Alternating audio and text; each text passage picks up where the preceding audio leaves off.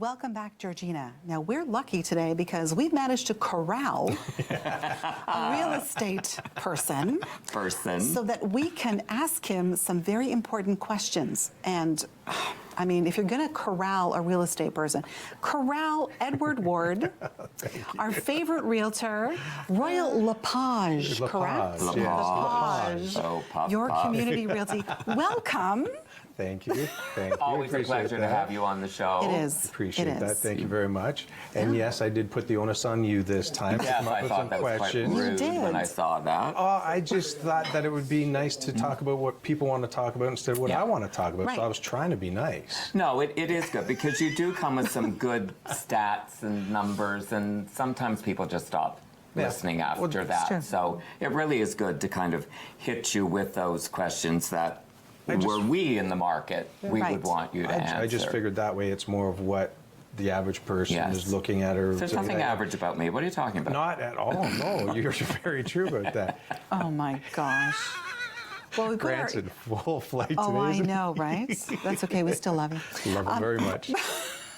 But we put our heads together and came up with some questions. Yep. So I'll ask you the first one. Sure. Now, what advice would you give to a young couple who are buying their first home? What advice would you give them? I mean, if they're in a position that they can buy their first home, is make sure that you are thinking far enough down the way in purchasing that home. The greatest expense in buying a house and selling a house is real estate. Yes. So the more times that you can avoid that, the better off you are, in all honesty, because that eats away at your equity, right? Yeah. So think about where you are, what you plan on doing in your life, and make sure that the house that you're buying now is going to allow you to take those other changes that are going to be coming into effect so that you can stay there. In real estate, when you can choose to buy and sell, you're always going to put yourself in a better position than if you have to be at the mercy of whatever's going on in the market at that time, right? You don't want to be buying when it's the highest point that we've ever seen in a market. It's going to take a lot of years for you to come back and get the equity built back in that house. There was houses, I mean, we went through 2017, we went through something years ago in the late 80s, early 90s. It took people 20 years to recover from that before they could sell their house for more than what they actually bought it for. So you have to be really, really smart with that. So if you know that you are going to want to have kids, you're going to have 1, 2, 3, 10. Right. I know that sounds funny, but there are families out there. Absolutely crazy, frankly. I have clients that have, hockey teams and baseball teams, which is fabulous. I mean, I love kids, but you have to take that into account and know that if you are planning on having a larger family, don't start off in a 2-bedroom house right away. Because at some point you are going to be forced to have to sell to have the room that you need, and if that's at a time when the market isn't in your favor, it's working against you. Let's think further down the way, right? Okay.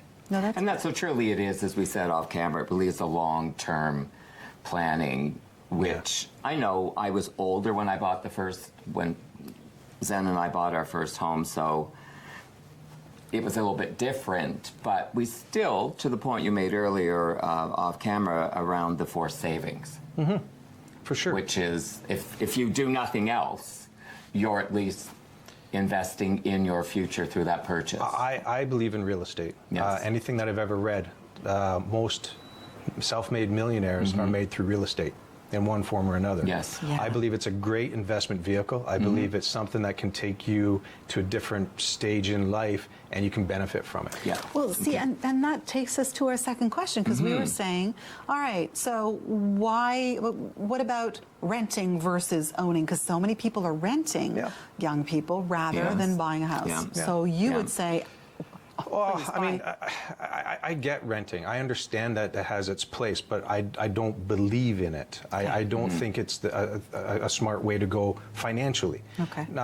I believe that investing in a home and having a home, as you were saying, forced savings. But what I see in people's lives, and when they get towards the end, when they're selling their house, a lot of times, unfortunately, that home, the equity that's in that house, it's a major part of their retirement. And if you don't have that, it's that much harder on you, because we don't have a lot of money to retire on with what we get. So it's a great vehicle for you now, but for the future to at least give you an opportunity to have some semblance of a good life and being able to do what you want to do when you get to that stage in life. Yes. So, buying versus renting, I believe that buying is always the best way to go. And if you can get into the market, most people are afraid that they can't get in the market because it costs too much. Yeah. If you sit down with a proper budget and you sit down and you really look at it and you make it a priority, most of the times when I sit down with a younger couple, they can have home ownership within 12 months. Yeah. It's not a long time. A year goes by pretty quick. That's it's true. just, I think sometimes it again, wasn't my experience because I bought years and years and years ago. But, if you're looking at a home anywhere that's like $750,000, you would be hard pressed to imagine how you could A, get the down payment, and B, what does that monthly mortgage payment look like along with everything else. Or but it's just like ripping the Band-Aid off. Yeah, but I mean, there again, sometimes we just have to lower our expectations on this style of house, get into the market, and then allow the market to work for you, so that way you're building equity in the house by paying the mortgage and the appreciated value that goes on with that as well.